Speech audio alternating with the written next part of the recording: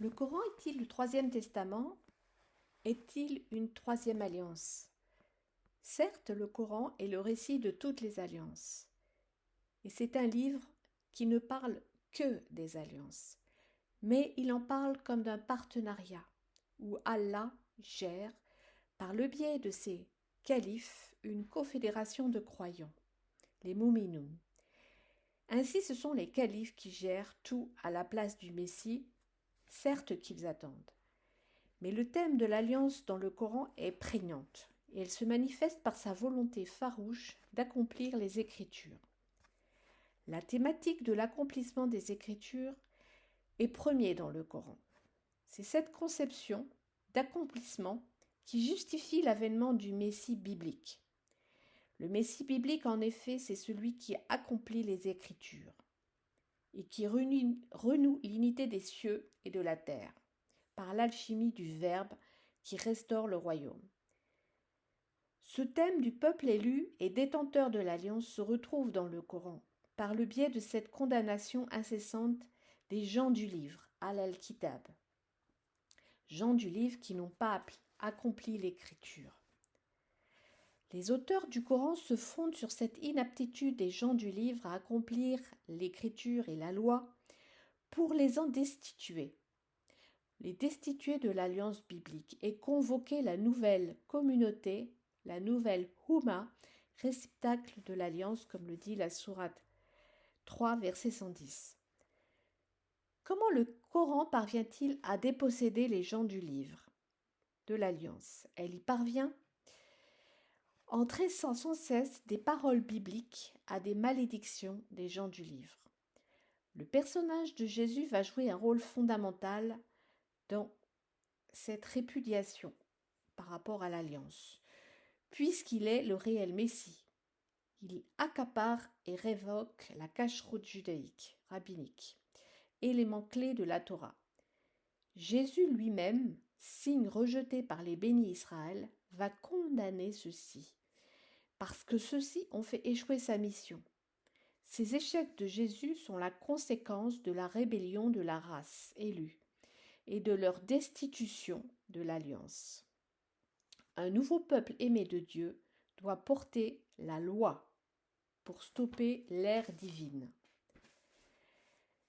Ainsi, le thème de la rébellion de la race élue est un thème biblique. C'est aussi un thème cher au Père de l'Église et un thème omniprésent dans le Coran. Un nouveau peuple élu doit accepter de porter la loi, qui s'appellera la charia, pour que l'univers ne sombre pas dans le chaos. Une communauté doit reprendre possession de l'engagement et entrer dans le vrai dîn. Les mots qui sont dans le Coran pour désigner cette alliance sont mitak et had. Israël avait pris sur lui, devant les anges, la responsabilité de maintenir la création en ordre. Par son service à la création, celle-ci pouvait être maintenue. Il portait la Torah comme le font les ânes, nous dit le Coran. Et du fait de leur ignoble calomnie et leur assassinat des prophètes, eh bien ils seront déchus de cette alliance. C'est la communauté islamique qui va être investie de la nouvelle Torah. Tout l'auditoire est convié à une réappropriation de l'alliance biblique. Israël avait donc la responsabilité d'être le garant de l'ordre du monde.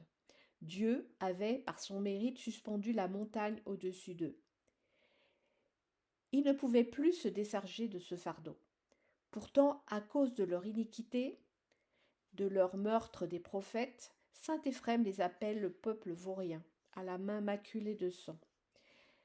Les califes ne peuvent abolir l'idée du Messie personnel, mais ne peuvent pas non plus déclarer Mohammed comme le Messie. Mohammed sera donc le précurseur du Messie à venir et annoncé par le Messie déjà venu, mais mis en échec par ce peuple vaurien qui a menacé sa mission. Le Messie à venir, qui ramènera la vraie loi, a pour fonction de combattre l'anti-Messie, le Dajjal, mais ce à la fin des temps. Et donc ce Messie finalement va laisser une place, un espace pour Mohammed. Reconnaître Jésus le Messie et le combattre comme Messie, c'est épineux. Et pourtant, c'est ce qu'a fait le proto-islam. Le combattre, c'est se faire juif. Le reconnaître, c'est se faire chrétien.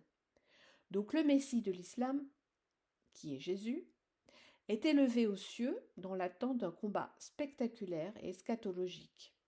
Son rôle, sur terre, dans la restitution du royaume, est dilué. Celui qui était glorifié par la louange et qui devait s'appeler Muhammad, dans le verset 79 de la sourate 17, devient juste le glorifiant et celui qui annonce Muhammad, dans la sourate 61. Muhammad devient ainsi le sosie de Jésus, et Jésus est occulté, son messianisme est occulté dans le Coran. Tous ses pouvoirs sont transférés à son sosie, à son frère. Ainsi, le proto-islam s'est allié dans un temps le flanc du christianisme pour maudire le rabbinisme. Puis, il s'est affranchi du christianisme. La seule solution était d'accuser les Juifs de ce retard dans l'accomplissement de la mission du Messie. Le proto-islam avait cependant besoin du Christ pour réformer la loi rabbinique, car seul le Messie avait le droit d'accomplir la loi et de réformer la cacheroute. La nouvelle loi sera dans l'islam la charia, mais c'est la figure du Messie coranique qui permet cette saisie-acquisition de la loi. Le Messie n'interviendrait plus que dans un combat contre une créature mythique, un combat contre Gog et Magog, contre le Dajjal. Ainsi, la parole de Dieu, exprimée en Jésus à la veille de sa mort, seul véritable testament de Dieu, cette parole de Dieu, ce testament sera liquidé. Le sang du Christ, véritable testament, sera devenu inopérant dans le proto-islam. Le premier testament ayant été brisé par Moïse, premier testataire, le second testataire, Jésus, ayant été renvoyé à la fin des temps, l'alliance pouvait être récupérée par le Coran.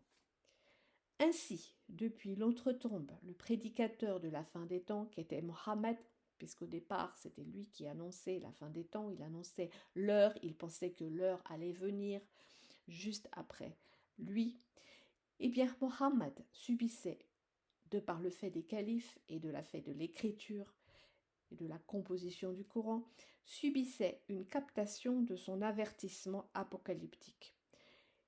Il se voyait, depuis l'outre-tombe, endosser les habits de celui qu'il avait sans cesse annoncé et loué, Jésus, pour être lui-même le loué, le louanger, Mohammed.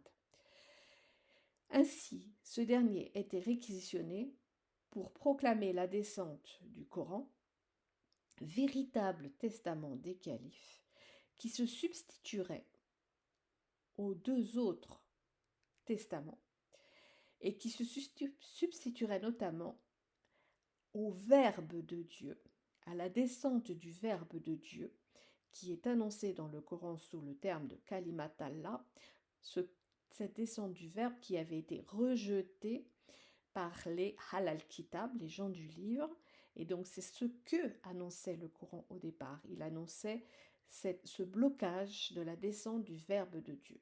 Mais finalement, grâce aux réécritures, grâce à la réquisition des califes, eh bien, le Coran lui-même était devenu le dernier testament selon les califes.